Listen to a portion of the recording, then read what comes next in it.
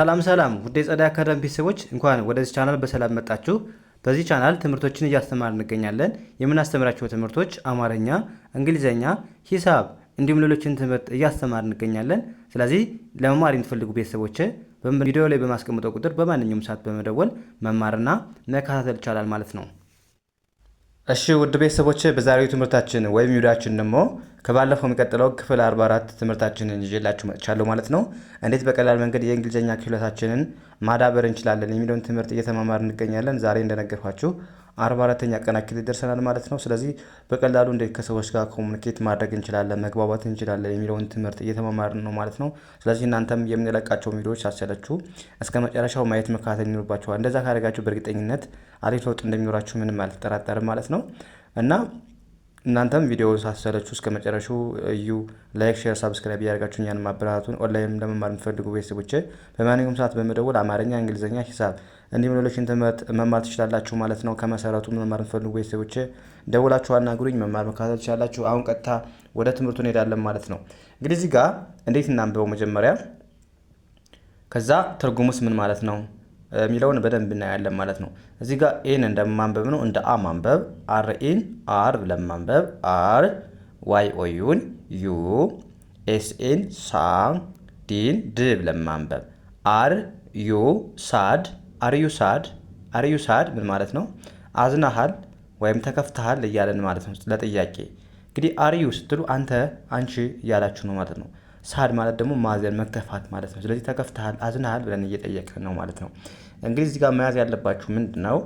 አር ዩ እና ዩ አር በጣም ይለያያሉ። አሁን እናንተ አር መጀመሪያ ከመጣ ምንድነው ማለት ነው? ለኩዌሽን ነው፣ ለጥያቄ ነው ማለት ነው። ለጥያቄ ነው።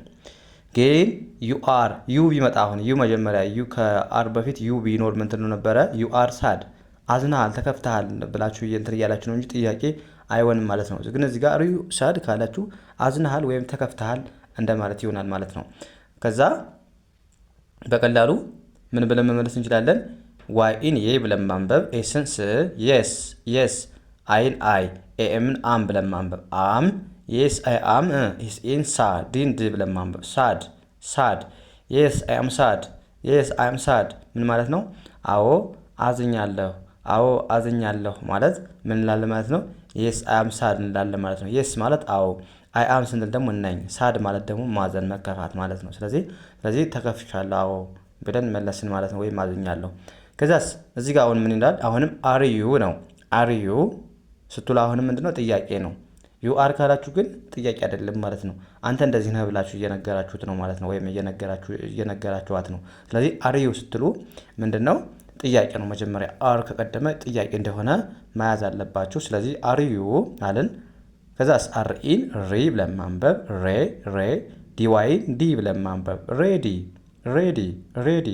አር ዩ ሬዲ ምን ማለት ነው? ዝግጁ ነህ ወይም ዝግጁ ነሽ ለማለት እንላለን ማለት ነው። አር ዩ ሬዲ እንላለን ማለት ነው። አር ዩ ሬዲ ብለን ምን ማለት ነው? ዝግጁ ነህ ወይም ዝግጁ ነሽ እንደማለት ይሆናል። ሬዲ ማለት ምንድነው? ዝግጁ መዘጋጀት ነው። ስለዚህ አር ዩ አንተ ወይም አንቺ ስለሆነ እንደዚህ ነህ ለማለት ስትፈልጉ አር ዩ ብላችሁ መግለጽ ትችላላችሁ ማለት ነው። ስለዚህ ዝግጁ ነህ አላችሁ ማለት ነው። ከዛ መልሳችን የስ አይ አም አለን። የስ አይ አም። ከዛስ ሬዲ የስ አይ አም ሬዲ። የስ አይ አም ሬዲ ምን ማለት ነው? አዎ ዝግጁ ነኝ ብለን በቀላሉ መለስን ማለት ነው። እዚህ ጋር አሁንም ተመሳሳይ ነው ለማንበቡ አር ዩ አላችሁ። ከዛ እዚህ ጋር ኤች ዩን እንደምን የምታነቡት እንደ ሁ ሳይሆን የምታነቡት ሀ ብላችሁ ማንበብ፣ ኤንን ን ብላችሁ ማንበብ፣ ጂን ግ ብላችሁ ማንበብ፣ አር ዋይን ሪ ብለን ማንበብ፣ ሃንግሪ አር ዩ ሃንግሪ ምን ማለት ነው? እርቦሃል ወይም እርቦሻል ለማለት ስንፈልግ እንላለን አር ዩ ሃንግሪ እንላለን ማለት ነው። ሃንግሪ ማለት ምንድነው? መራብ፣ ረሃብ ማለት ነው። ረሃብ። ስለዚህ አር ዩ ስትሉ ደግሞ እንደዚህ ነህ እያላችሁ የጠየቃችሁ ነው። ስለዚህ አር ዩ ሃንግሪ እርቦሃል ወይም እርቦሻል ይሆናል ማለት ነው። ከዛ መልሳችን በቀላሉ ምን ብለን መመለስ እንችላለን? ኤን ኦ ኖ ብለን ማንበብ፣ ኖ አይን እንደ አይ፣ ኤምን አም ብለን ማንበብ፣ ኤፍ ዩን ፉ ብለን ማንበብ፣ ፉ ኤልን ሁለቱንም ኤል በአንድ ድምፅ ል ብለን ማንበብ፣ ል ፉል ሙሉ ስናነበው ኖ አይ አም ፉል ኖ አይ አም ፉል ምን ማለት ነው? አይ አራበኝም ብለን መለስን ማለት ነው። ኖ ማለት አይ እንደማለት ነው። አይ አም ነኝ። ፉል ማለት ደግሞ ሙሉ ነው ወይም ጠግቤያለሁ ስትሉ ነው። ጠግቤያለሁ። ስለዚህ አይ አም ፉል ስትሉ ምንድነው? ጠግቤያለሁ ወይም አራበኝም ብላችሁ መለሳችሁ ማለት ነው። ከዛ እዚህ ጋር ደግሞ እናንተ የምትመልሱት ጥያቄ አለ። ምን ማለት ነው? ኮሜንት ሴክሽን ላይ አስቀምጡልኝ ማለት ነው። ምን ይላል? አር ዩ ፋይን ይላል። አር ዩ ፋይን ማለት ምን ማለት ነው? ቀላል ነው። ሁሌ የምንጠቀመው ንግግር ነው ማለት ነው። ስለዚህ ኮሜንት ሴክሽን ላይ በአማርኛ ትርጉሙ ጻፉልኝ። አሁን ቀጥታ ወደ ሌላኛው እንሂድ ማለት ነው። ኦኬ እዚህ ጋር ሳው ምን ይላል? እንዴት እናንብብ? አሁንም ኤአርኤን አር ብላችሁ ነው የምታነቡት። ዋይ ኦዩን ዩ ብለን እናነባለን። አር ዩ ከዛስ ቲአይን እንደማንበብ ነው። እንደ ታይ ብለን ማንበብ። አርኤን ር ብለን ማንበብ። ዲንድ ታየርድ ኤንኦን ና ዳብሊውን ው ብለን ማንበብ። ናው አር ዩ ታየርድ ናው አይደል? አር ዩ ታየርድ ናው ምን ማለት ነው? ደክሞሃል ወይም ደክሞሻል ማለት እንፈልግ ምን እንላለን ማለት ነው? አር ዩ ታየርድ ናው አሁን ደክሞሃል ወይም ደክሞሻል። እንግዲህ አር ዩ ስትሉ ምንድነው? ጥያቄ ነው፣ ነግራችኋለሁ። አንተ እንደዚህ ነህ። ታየርድ ማለት ደግሞ ምንድነው? ድካም ማለት ነው። ናው ማለት ደግሞ አሁን ማለት ነው። ስለዚህ በአንድ ላይ አር ዩ ታየርድ ናው አሁን ደክሞሃል ወይም ደክሞሻል እያለን ነው ማለት ነው። ከዛ መልሳችን በቀላሉ የስ አለን። የስ ኤን እንደ ኤ ኤል አይን ሊ ቲን እንደ ት ኤል ኤል ሊ ብለን ማንበብ። ሊትል የስ ሊትል ምን ማለት ነው? ትንሽ ደክሞኛል። ሊትል ማለት ትንሽዬ ማለት ነው። ስለዚህ የስ ሊትል ትንሽ ደክሞኛል ብላችሁ መለሳችሁ ማለት ነው። ከዛስ እዚህ ጋር አሁንም አር ዩ አላችሁ። አር ዩ ኤቲን አት ብላችሁ ማንበብ። ዳብሊ ኦን ወ ብላችሁ ማንበብ። ወ አርን ር ኬንክ ውርክ አር ዩ አት ወርክ አር ዩ አት ወርክ ምን ማለት ነው? ስራ ላይ ነህ ወይም ስራ ላይ ነሽ እንላለን ማለት ነው። አር ዩ አት ወርክ እንላለን ማለት ነው። አሁን አር ዩ ስትሉ ምንድን ነው? አንተ እንደዚህ ነህ። አት ወርክ ማለት ደግሞ ስራ ነው። ስለዚህ ስራ ላይ ነው ስትሉ አት ምትለዋ ስራ ላይ መሆኑን ነው የምትገልጸው ማለት ነው። ስለዚህ አር ዩ አት ወርክ ስራ ላይ ነህ አለን የሆነ ሰው።